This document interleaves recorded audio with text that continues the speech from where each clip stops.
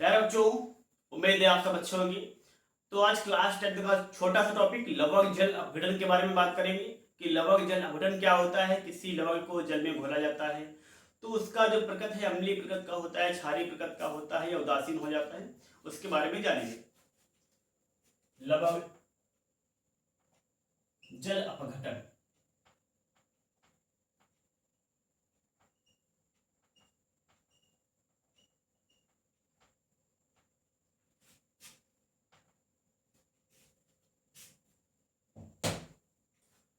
तो बच्चों, हमारे पास इसमें होता है जब किसी लवण को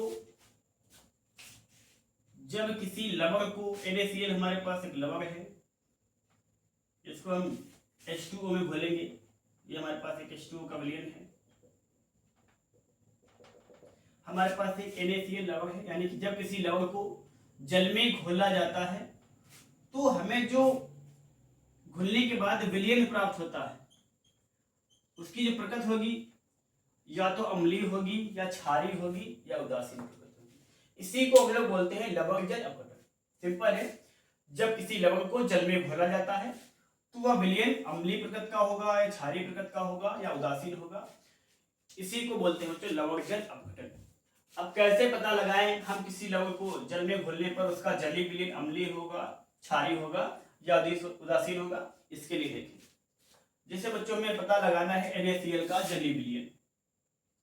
NaCl का जलीय विलयन अम्लीय होगा, क्षारीय होगा या उदासीन होगा। तो उसके लिए सिंपल है, हमें NaCl को जल में घोलना होगा। तो पहले NaCl को तोड़ लेंगे। NaCl टूटेगा बच्चों हमारे पास, या पहले रिएक्शन लिख दें, यानी कि इस तरीके से हमारे पास NaCl और जल को घोला जा रहा है ना। तो बच्चों क्या बनेगा जानते हो सिंपली, NaOH और HCl, NaOH और HCl, इस तरह की रिएक्शन हो जाएगी। इसी को थोड़ा हम एक्सप्लेन करेंगे अपने लवण जल अपघटन के तरीके से।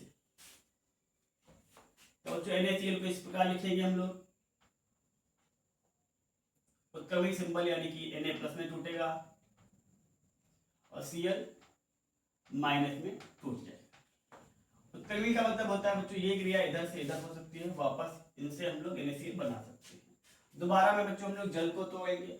जल को दरअसल H2O को हम लोग HOH भी लिख सकते हैं, HOH भी लिखा जाता है। तो HOH को तोड़ेंगे हम लोग, H प्लस में टूटेगा प्लस OH माइनस में टूट जाएगा। यहां से क्या होता है बच्चों,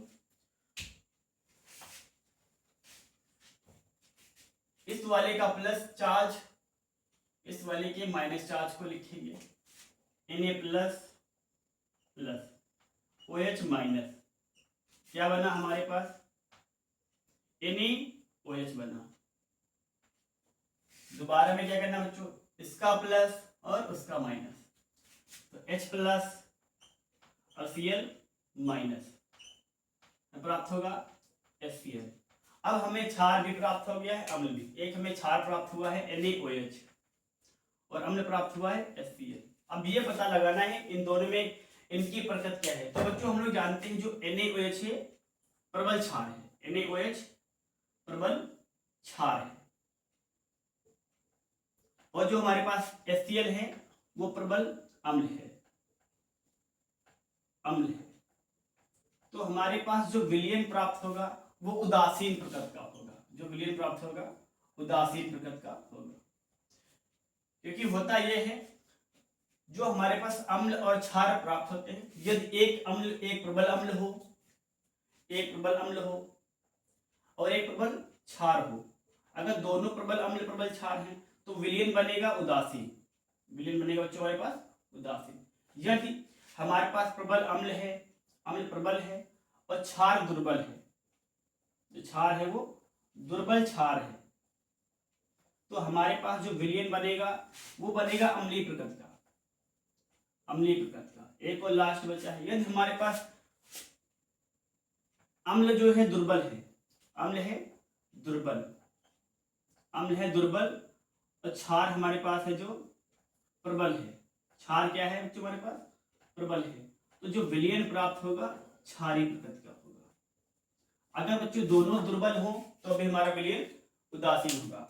दोनों प्रबल हैं तब भी विलयन उदासीन, दोनों दुर्बल हैं तब भी विलयन उदासीन होगा। यदि हमारे पास एक प्रबल है एक दुर्बल है तो हमारा विलयन प्राप्त होगा जो प्रबल प्रकृति का होगा। अगर प्रबल अम्ल है दुर्बल क्षार है तो अम्लीय होगा, प्रबल क्षार है दुर्बल अम्ल है तो हमारे पास विलयन क्षारीय होगा। तो बच्चों जानकारी अच्छी लगी हो तो वीडियो को लाइक करो, कमेंट करो, सब्सक्राइब करो और चैनल को अपने दोस्तों के शेयर करो।